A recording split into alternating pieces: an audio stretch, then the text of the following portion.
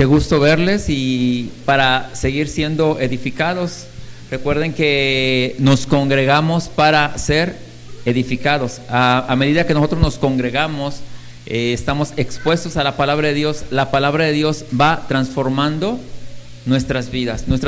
La vida de un hijo de Dios no puede ser la misma porque la misma Escritura nos dice que Él nos lleva de gloria en gloria y de victoria en victoria. Por lo tanto, ese es el futuro de los hijos, o esa es la realidad de los hijos, porque ya estamos en esa realidad donde cuando los hijos somos entendidos y atendidos a la palabra de Dios, experimentamos un crecimiento, experimentamos madurez, experimentamos y expresamos la grandeza de aquel que nos habita a nosotros. Entonces, esa es la razón por la cual nosotros nos congregamos, ¿verdad? No nos congregamos por costumbre, no nos congregamos porque nos vaya a castigar Dios, porque Dios no castiga. Imagínense si castigara. Pero Dios no castiga. Muchas de las situaciones que pasamos son consecuencia de las decisiones que nosotros mismos tomamos. Por eso la Escritura nos da sabiduría, nos da entendimiento en la palabra de Dios para que vivamos como es debido, dice la Escritura, agradándole a Él en todo. Entonces, para eso es que nosotros nos congregamos. Y bueno, hoy le voy a pedir a mi esposa que nos comparta la palabra. Muy buen día a todos, sean bienvenidos a esta su casa, a esta casa Nuevo Pacto Morelos. Y bueno, los que nos ven a través de las redes sociales, pues también sean muy bienvenidos. Y como decía mi esposo, nos congregamos con el único motivo de incrementar esa vida que ya tenemos, que es la vida de Jesucristo, que ha sido impartida a nosotros cuando aceptamos el señorío de Cristo en nuestros corazones, ¿verdad? Amén. Y bueno, el congregarnos, el disfrutar, el gozarnos en la alabanza, el apóstol Rafael Ugarte siempre nos dice que los ministros de la palabra cantada, ¿verdad? Porque ellos son los que nos ministran, o como cuerpo de Cristo, aún cuando cantamos esas alabanzas, es parte de lo que Dios tiene preparado para nosotros como su iglesia cuando nos reunimos, cuando juntos enaltecemos el nombre de nuestro Dios. Amén. Y bueno, la palabra que yo les quiero compartir hoy se llama redefinidos, ¿sí? Estamos en Cristo y Él nos ha redefinido. Recuerden que estamos viendo los elementos estructurales para la edificación de la iglesia. El pastor ya nos instruyó a través del propósito eterno y del reino. Yo creo que va a continuar hablándonos de reino, pero hoy hacemos un paréntesis y estamos hablando de esa que somos redefinidos de esta palabra, pero todo es aunado porque sabemos que es la vida de Cristo formándose en nosotros. Entonces te pido que me acompañes a orar. Padre, hoy en esta hermosa mañana te damos gracias por todo lo que tú nos has dado, Señor, que eres hermosa vida, que es la vida de Cristo en nosotros, Señor, y por este nuevo día, juntos como familia, como tu iglesia, como tus hijos, Señor, nos reunimos para ser edificados, para ser fortalecidos, para ser añadidos en tu verdad. Gracias, mi Dios, por este tiempo, y usa mi boca para que seas tú hablando a tus hijos, en el nombre de Cristo Jesús. Amén. Y bueno, recordemos que después de la cruz estamos redefinidos en una nueva realidad que es en Cristo Jesús. Recordemos que después de que el Señor Jesús vino a esta tierra, cumplió con los requerimientos de Papá Dios. Él vino, se hizo hombre, dice, habitó entre nosotros, pero Él vino con una misión, que era el recuperar el reino para Papá. El reino era lo que se había perdido. Adán y Eva en el Edén perdieron ese reino a través de la desobediencia, pero el segundo Adán, que es Jesucristo, vino a recuperar ese reino. Entonces, al ser obediente y llegar hasta la muerte y muerte de cruz, después de esa cruz nosotros ahora, como sus hijos, como su iglesia, tenemos una nueva realidad. Hemos sido redefinidos por estar unidos a Cristo. Recuerden que estamos unidos a Él, tenemos la misma naturaleza. Y quiero que me acompañen a lo que el apóstol Pedro nos dice en la primera carta de Pedro, en el capítulo 1, del 3 al 5. Recordemos a Pedro, ¿verdad? Ya próximamente vamos a celebrar lo que es la Semana Santa, y recordemos a un Pedro pues temeroso, a un Pedro indeciso, con una fe que estaba un poco dudosa, ¿verdad? Que negó al Maestro, negó al Señor. Pero en esta carta él escribe a la iglesia y les dice, ¿ya estamos allí en Pedro? Mi versión es Nueva Traducción al Lenguaje Actual, y dice: alabemos al Dios y Padre de nuestro Señor Jesucristo, que nos ha hecho nacer de nuevo, ¿sí? Entonces él estaba diciendo, demos gracias a Dios, alabemos a nuestro Dios, porque Él nos ha hecho nacer de nuevo, nos ha dado una vida con una esperanza. Esto lo ha hecho Dios por su gran amor hacia nosotros y por el poder que mostró cuando resucitó a Jesucristo de entre los muertos. Aquí ya vemos a un Pedro más sabio, a un Pedro más entendido, a un Pedro que está tratando de comprender el plan y propósito de Papá Dios para enviar a Jesucristo. Dice: esto lo ha hecho Dios por su gran amor hacia nosotros y por el poder que mostró cuando resucitó a Jesucristo de entre los muertos, y de que nos dará, está hablando en futuro, todo lo que nos ha prometido y que tiene guardado en el cielo. Lo que nos ha prometido no puede destruirse ni marchitarse. Ustedes confían en Dios y por eso Él los protege con su poder, para que puedan ser salvados tal como está planeado para los últimos tiempos. Ahora, dile al que está a tu lado, nosotros ya vivimos en esa realidad, ¿sí? Nosotros ya vivimos en esa realidad. Él está exhortando, invitando a la iglesia a que confíen, a que el plan de Dios que Él preparó y a través de la obra de Jesucristo se llevó a cabo, y dice, hay promesas, pero para nosotros ya es una realidad, porque ¿cuántos ya estamos dentro del reino? Amén. Tenemos que creerlo, tenemos que confesarlo y tenemos que vivirlo. Entonces dice, ustedes confían en Dios. ¿Hay alguien que confía en Dios? Amén. Por eso Él los protege. Dile al que está a tu lado, Él nos protege como a la niña de sus ojos. Él tiene cuidado de nosotros, ¿sí? Con su poder, para que puedan ser salvados como está planeado para los últimos tiempos. Ahora, mi pregunta es, iglesia, Nuevo Pacto de Jonacatepec, ¿ya hemos sido salvados? Amén. ¿Ya hemos sido salvados en qué área? No, ahí sí ya reprobaron. ¿En qué área hemos sido salvados? En el Espíritu, ya les está soplando el pastor. Hemos sido salvados en el Espíritu, ¿sí? Porque el Espíritu, mi Espíritu y el Espíritu Santo son uno, ahorita lo vamos a ver más adelante, pero mi alma y mi cuerpo están en ese proceso de salvación, ¿sí? ¿Y qué tanto tiempo nos va a llevar? Toda nuestra vida, hasta que nos graduemos y estemos en presencia del Señor. Entonces dice, tal como está planeado para los últimos tiempos. Entonces dile al que está a tu lado, todavía estamos en ese proceso de salvación, ¿eh? Por eso es importante que seamos edificados, por eso es importante que nos congreguemos, que estemos expuestos a las Escrituras, a la palabra de Dios.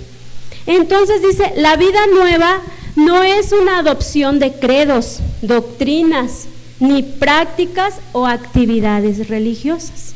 Esta vida que Cristo nos ha impartido no es para que te hagas religioso, ni santurrón, ni anticuado, ni pachorrudo que andes ahí triste o queriendo regañar a todo mundo, no. Dice, no son prácticas o actividades religiosas, es una vida. Es una vida nueva que Él nos ha dado. Eso puede ser aprendido, la religiosidad, puede ser aprendida. Y más los cristianos somos muy buenos para ser religiosos, ¿sí? La religión cristiana se aprende, pero el reino se imparte. el reino es impartido por Papá Dios, porque Él es el que nos trasladó de las tinieblas, ¿a dónde? Al reino de su amado Hijo Jesucristo, y ahora participamos de ese reino. Entonces, el reino de Cristo nos posiciona en un lugar de privilegio. El reino de Cristo se experimenta cada día y estamos siendo transformados. Ahí viene lo que nos dice el apóstol Pablo en la carta a los Romanos, ¿verdad? Capítulo 12, versículos del 1 al 2, que vamos para allá. ¿Quién le quiere dar lectura fuerte, fuerte, fuerte? Ya saben que yo los pongo a buscar las citas. Romanos capítulo 12, del 1 al 2, para que no se me duerman. Primero se dormían por el frío, ahora por el calor. ¿No? ¿Sí la tenemos? 12, capítulo 1 y 2. Fuerte, pastor. No imiten las conductas ni las costumbres de este mundo, más bien dejen que Dios nos transforme en personas nuevas al cambiarles la manera de pensar. Entonces aprenderán a conocer la voluntad de Dios para ustedes, la cual es buena, agradable y perfecta. Amén. Entonces, por eso es que nosotros, al ser trasladados de la potestad de las tinieblas, cuando habla de potestad, está hablando de que nosotros estábamos en un lugar oscuro o en tinieblas. En tinieblas es ignorancia, ¿verdad? Estábamos ignorantes de la vida de Dios, ignorantes de lo que Él, de los planes y propósito de Dios. Entonces Él nos saca de ese lugar de tinieblas y nos lleva a la luz, al reino de Jesucristo, donde ahora a nosotros, desde el más pequeñito hasta el más grande, nos corresponde entender, comprender ese reino, conocer ese reino, ¿sí? Pero bueno, vamos a ver a lo que nos dice el Evangelio según San Juan.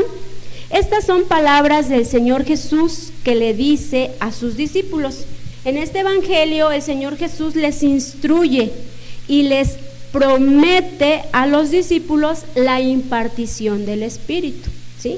Si ustedes han leído los Evangelios, es muy mencionado, me parece que en los 4 Evangelios, pero retomé Juan, capítulo 14 del 15 al 21, y la palabra del Señor dice así, y nos muestra el principio, a ver, vamos a checar, no estoy aquí arriba, dice así,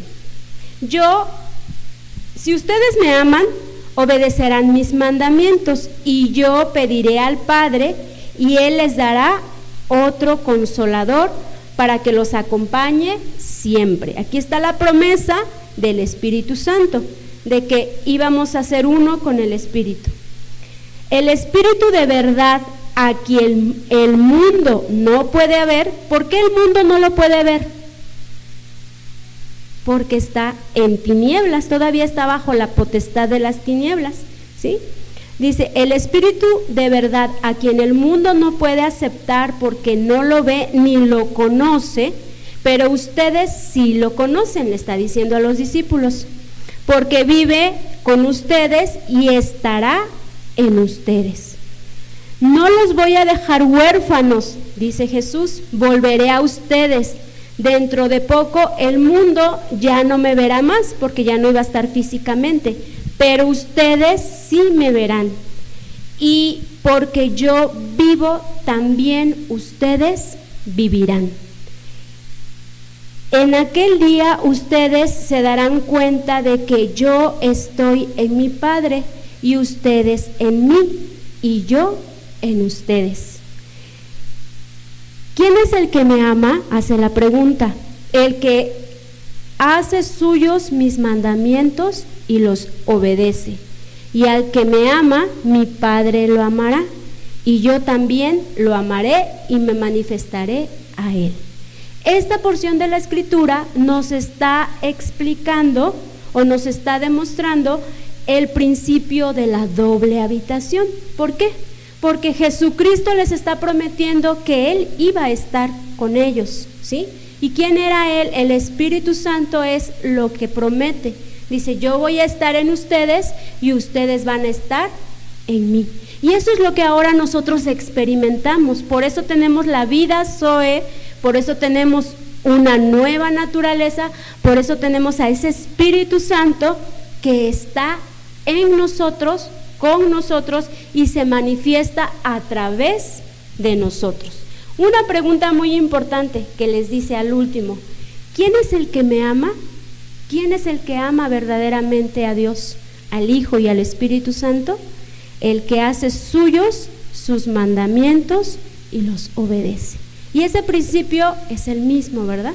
Sí, es el primer y más grande mandamiento: amar a Dios sobre todas las cosas. Amén. Entonces, este vínculo que todos los que hemos aceptado la vida de Jesucristo nos hace parte de la familia de Dios. El pastor nos los explicaba en predicaciones anteriores, ¿verdad?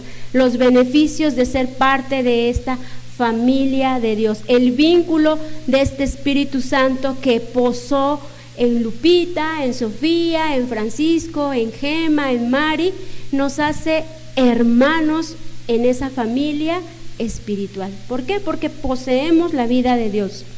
Este vínculo nos da la vida Zoe, como se los mencionaba. Esta vida es una vida increada, porque es la vida de Dios mismo. Nos da una naturaleza divina, nos hace ser participantes de la naturaleza divina. Todo esto está ¿en dónde? En nuestro espíritu. Una misma esperanza, nos da también un mismo Señor Jesucristo, una misma fe y un mismo reino celestial, un mismo cuerpo. Cada uno de nosotros compartimos esa vida y somos ese cuerpo de Cristo. Entonces, iglesia, siempre tenemos que recordar que estamos aquí en este plano terrenal, en esta tierra, para el cumplimiento de un propósito eterno. Esa es la misión, el dar a conocer las inescrutables riquezas de nuestro Señor Jesucristo a través de nuestra vida. Pero lo vamos a lograr cuando estemos aprendiendo a administrar esa salvación que ya se nos depositó y que día a día la tenemos que alcanzar a través de la renovación de nuestro entendimiento, como lo veíamos en Romanos, a través de esa renovación en nuestra alma, para que se refleje posteriormente en nuestro cuerpo. Amén. Entonces dice la Escritura en Romanos, lo voy a leer yo: por eso, hermanos míos, ya que Dios es tan bueno con ustedes, les ruego que dediquen toda su vida a servirle y a hacer todo lo que a Él le agrada. Así es como se les debe adorar. Y no vivan como ya vive este mundo, al contrario, cambien la manera de ser y de pensar. Así podrán saber qué es lo que Dios quiere, es decir, todo lo que es bueno, todo lo que es agradable y todo lo que es perfecto. El apóstol aquí nos exhorta, nos invita a que estemos transformando nuestra manera de pensar para que nuestra manera de vivir cambie. Si nosotros seguimos haciendo o pensando de la misma manera y no somos expuestos a la palabra de verdad, no somos expuestos a las Escrituras, pues vamos a seguir haciendo lo mismo. No va a haber cambios.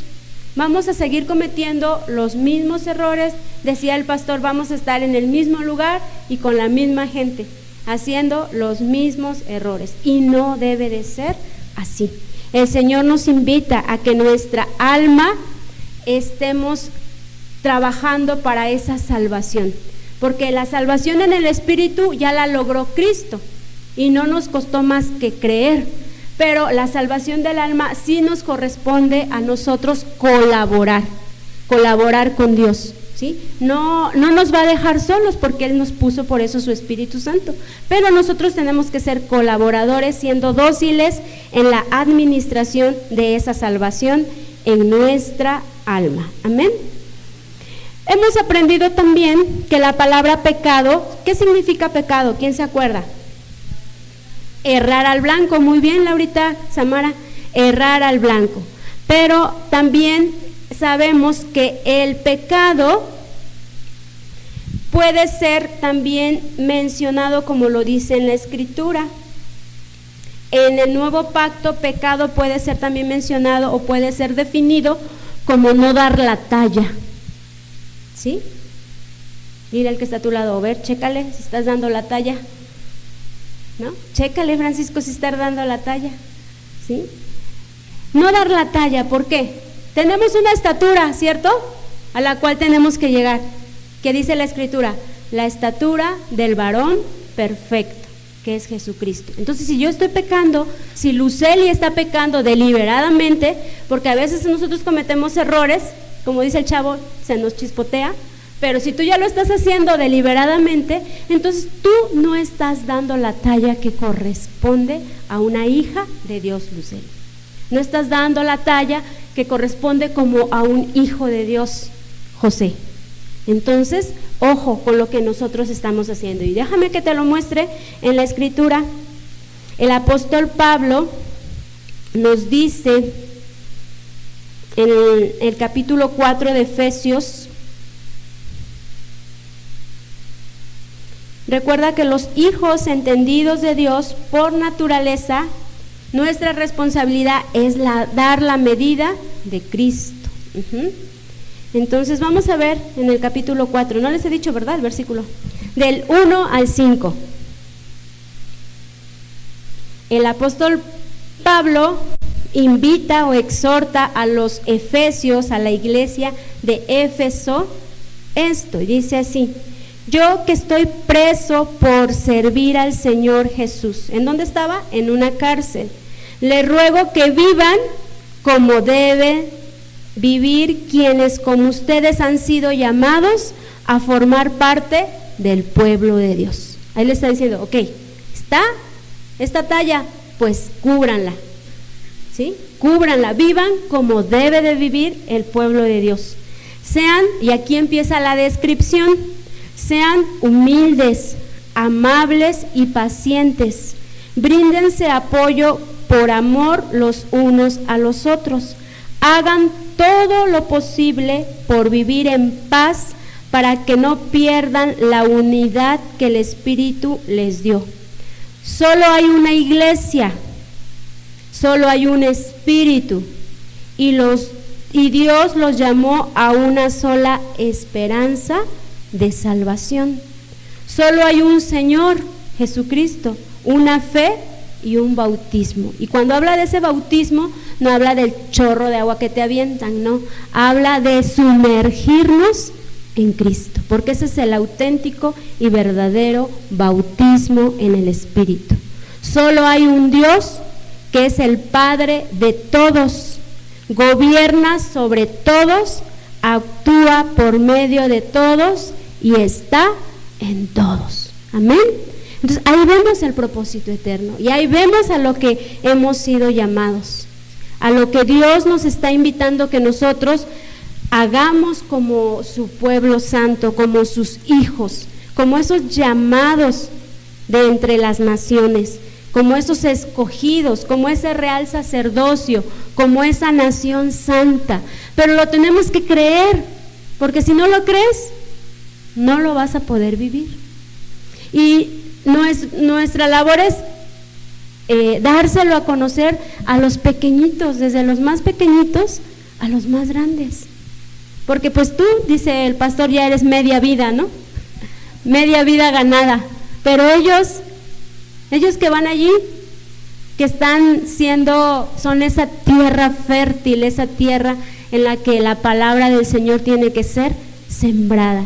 Y esa es nuestra responsabilidad, vivir como corresponde al pueblo de Dios, y a través de ello nosotros vamos a manifestar que nuestra alma está siendo salvada, ¿sí? Porque si no, de lo contrario, pues nos van a tachar o nos van a decir nada más son religiosos, son aleluyas, son nada más de dientes para afuera, pero no más.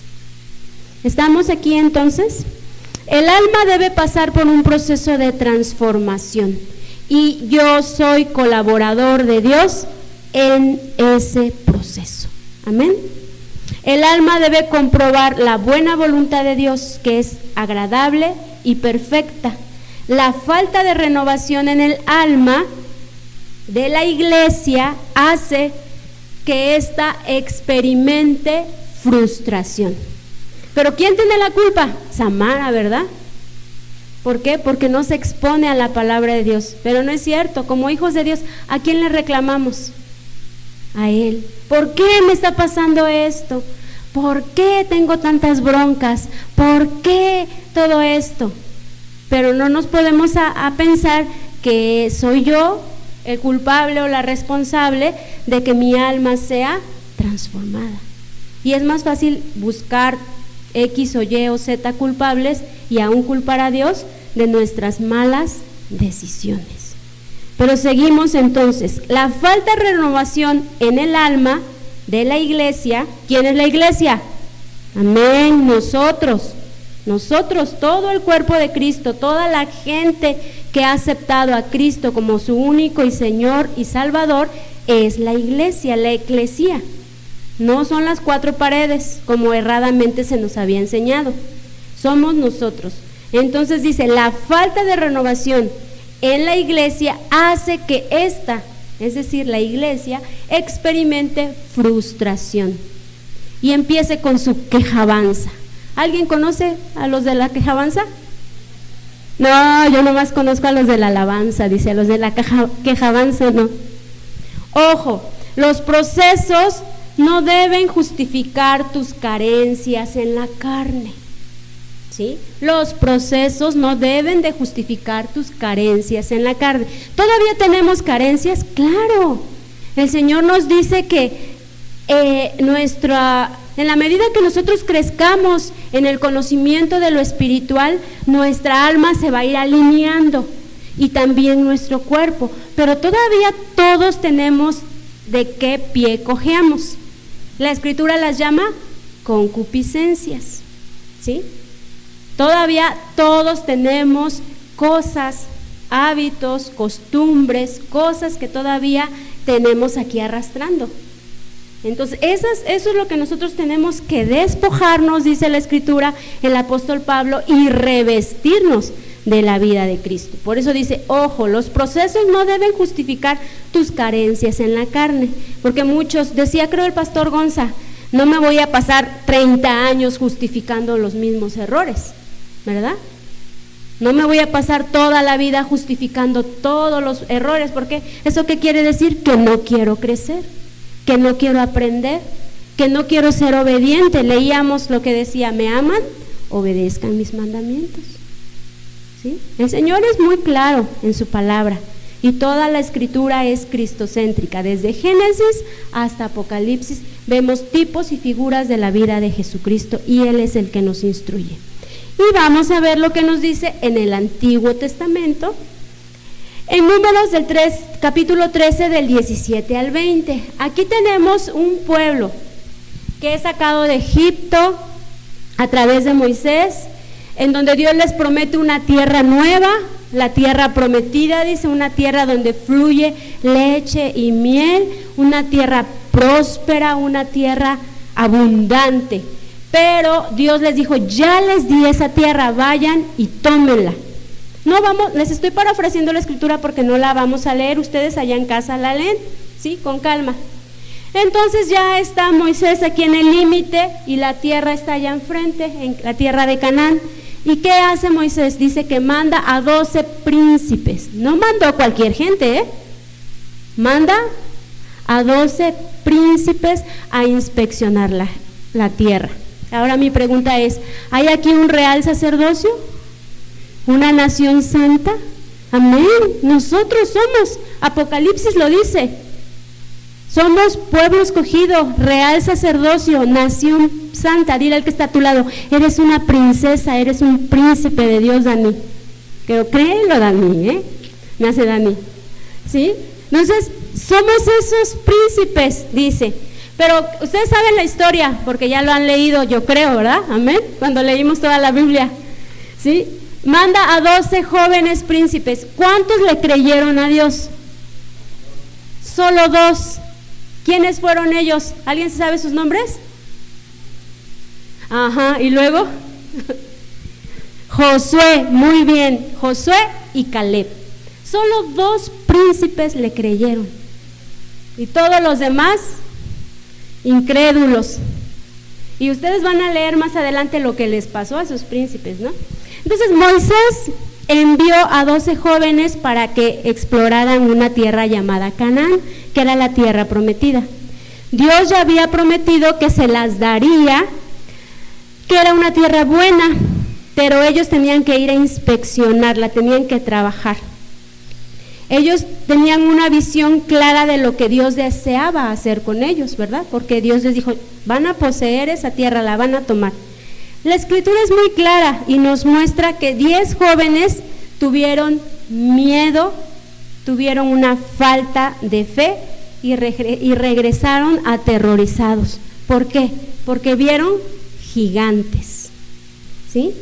Cuando Dios nos manda a hacer cosas, es posible que se nos presente una oportunidad. Dile al que está a tu lado, una oportunidad para tu vida, ¿sí? ¿Cómo vas a enfrentar esa oportunidad? ¿Como los 10 o como Josué y Caleb? Para que nosotros podamos compartir su palabra, para que nosotros podamos ser un agente de influencia, para que nosotros podamos dar una palabra de afirmación, para que nosotros podamos ser ejemplo, a lo mejor en tu negocio, en tu trabajo, para que tú puedas ser ejemplo en lo que tú estás haciendo.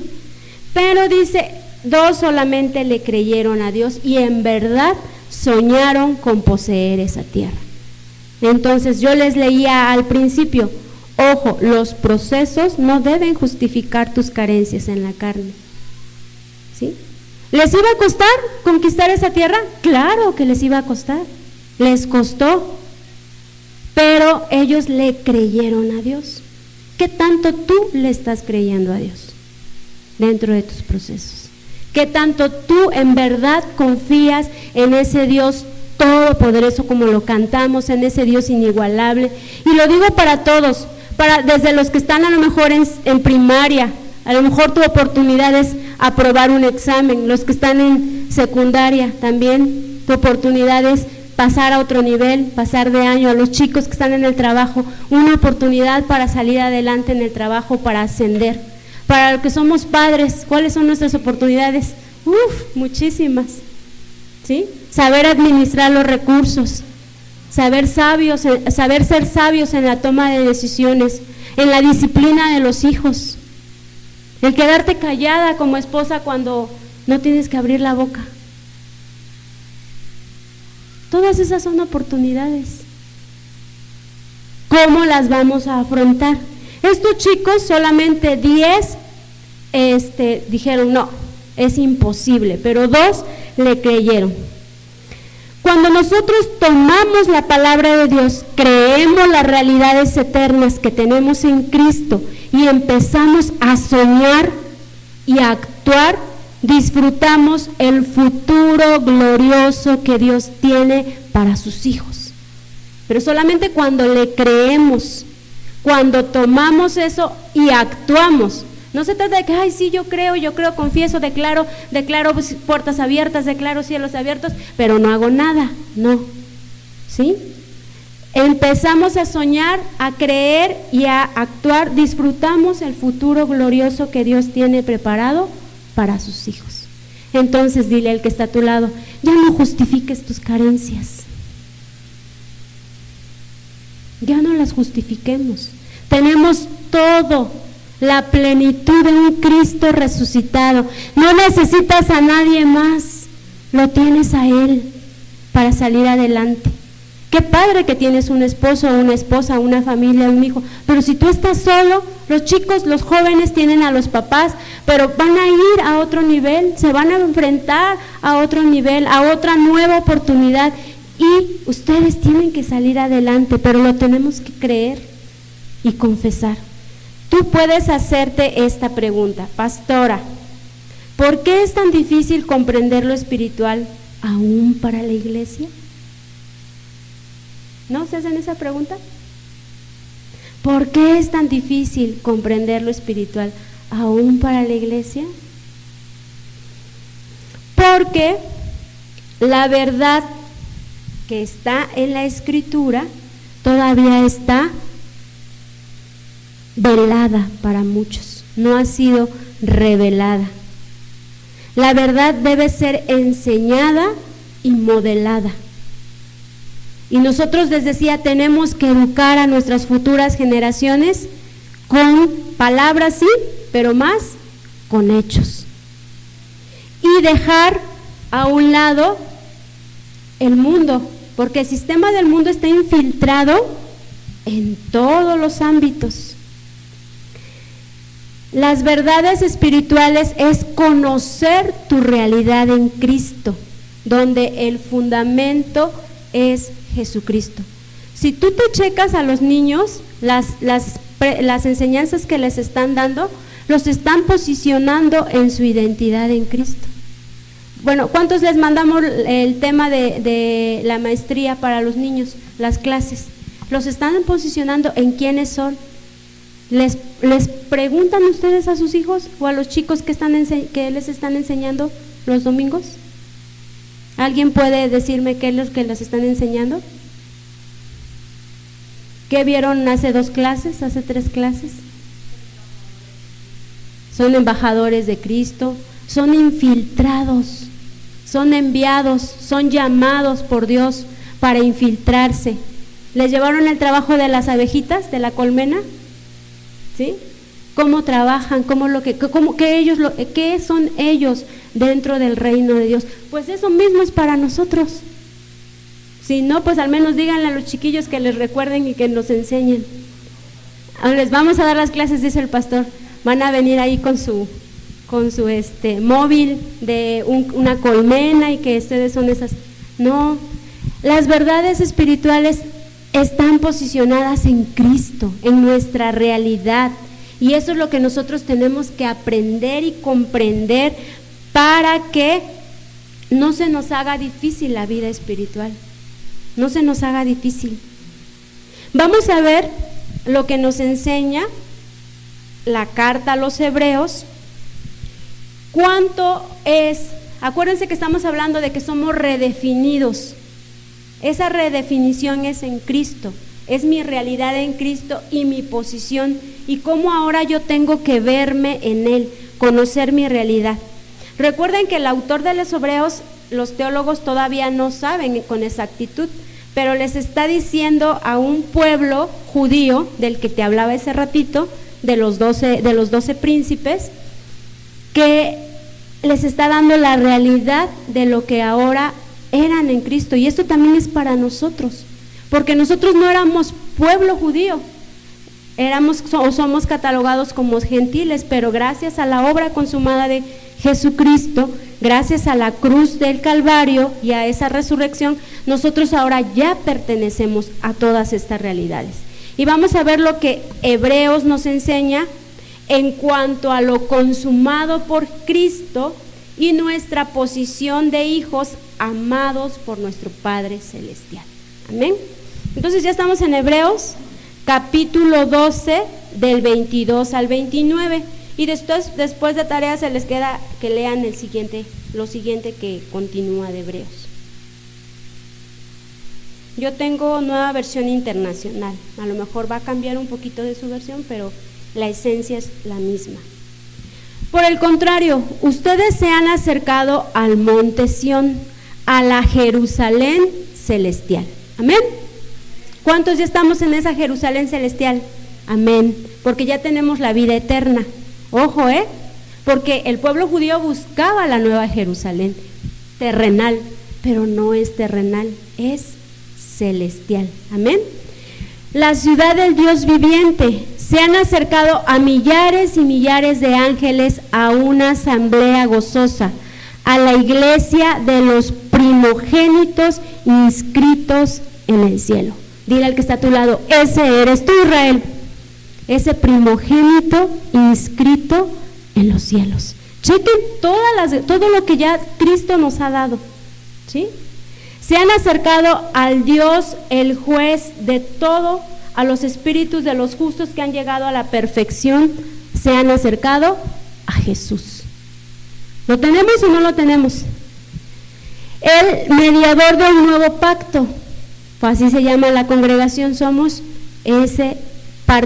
participantes de este nuevo pacto, con mejores realidades y con mejores garantías. A la sangre rociada que habla con más fuerza que la de Abel, tengan cuidado de no rechazar al que habla, pues si no escaparon aquellos que rechazaron al que los amonestaba en la tierra, mucho menos escaparemos nosotros si le volvemos la espalda al que nos amonesta desde el cielo. Ojo, fuerte. No es para que le tengamos miedo, es para que sepamos qué estamos haciendo. En aquella ocasión su voz conmovió la tierra, pero ahora ha prometido: una vez más haré que se estremezca no solo la tierra, sino también el cielo. La frase "una vez más", es decir, las creadas para que permanezca lo inconmovible. Así que nosotros, que estamos recibiendo un reino inconmovible, seamos como agradecidos, inspirados por esta gratitud, adoremos a Dios como a Él le agrada, con temor reverente. Recuerden que cuando la Escritura nos dice temor, significa respeto, no es que le tengas miedo, con temor reverente, porque nuestro Dios es fuego consumidor. Amén. Todas estas, yo sé que algunos dicen: ay, me da miedo. No te tiene que dar miedo, tiene que provocarte un gozo, porque todo esto Cristo ya lo ganó por nosotros. Y si tú estás dentro de ese reino, posicionado en un nuevo pacto, con mejores realidades, ya no son promesas, porque para nosotros ya no son promesas, con mejores realidades, tú estás siendo parte de un reino inconmovible. ¿Quién va a destruir este reino? Decía Jesús: tienen miedo porque los pueden matar, pero ¿qué pueden hacer aún si morimos, si estamos muertos? Nada, porque somos eternos. La eternidad ya está en nosotros y ese reino inconmovible ya nos pertenece. Entonces tienes que estar gozoso, inspirado por esta gratitud. Dice el escritor de Hebreos: adoremos a Dios como a Él le agrada, con temor reverente, con respeto, porque Él es un Dios fuerte y celoso. Amén. Es fuego consumidor. Somos esos primogénitos que ya están inscritos en la eternidad. Créelo, iglesia. Somos esos primogénitos que Cristo ganó para el Papá, para nuestro Dios. Entonces, todo esto que les acabo de hablar nos habla de retos, ¿sí? Hemos sido retados como iglesia, hemos sido rescatados por Papá a través de la obra del Hijo, hemos sido redefinidos, pero hay un proceso de retos en el cual yo tengo que ser una persona gobernada por Dios, creyendo mi realidad, una realidad inamovible, una realidad eterna, una realidad verdadera, no la que el sistema te muestra, no la que el mundo te vende, no la que los medios de comunicación te vende. Tu realidad como hijo, como hija de Dios, posicionada con autoridad para hacer cosas buenas, para hacer lo que le agrada, la voluntad de Dios, que es buena, agradable y perfecta. Amén. ¿Me acompañas a orar dando gracias por este tiempo? Porque Dios quiere una iglesia influyente, una iglesia entendida, una iglesia sabia, una iglesia poderosa, que ame y que glorifique el nombre de Dios donde quiera que se encuentre. Mi Dios, en esta hermosa tarde yo te doy gracias por tu palabra. Gracias, Señor, porque tú día a día nos instruyes, nos capacitas, nos abres nuestros ojos de nuestro entendimiento, nos abres nuestra mente y nos das vislumbres de tu majestuosidad, de tu poder y de lo que nosotros somos capaces de hacer por ser portadores de la realidad inamovible, incontenible que es Cristo en nosotros, esa esperanza de gloria. Padre, Señor, yo oro por tu iglesia, desde el más pequeño hasta el más grande, que podamos ser esas personas capaces, que creen con fe, que demuestran con hechos, Señor, todo lo que tú eres, todo lo hermoso que tú nos has dado, Señor, todos los privilegios por los cuales nosotros hemos sido participantes de esa naturaleza divina. Gracias, Señor, te doy por esa iglesia que pueda creer la gracia, tu favor, un favor inconmovible, Señor, inamovible, tu misericordia que nos ha alcanzado y que nos ha hecho un nuevo hombre, una nueva raza, un nuevo sacerdocio, una nación santa, un pueblo llamado a proclamar tus grandezas. Gracias, mi Dios, por tu iglesia en todo el mundo, donde es levantada, donde es despertada y donde tú los usarás con poder y con gloria.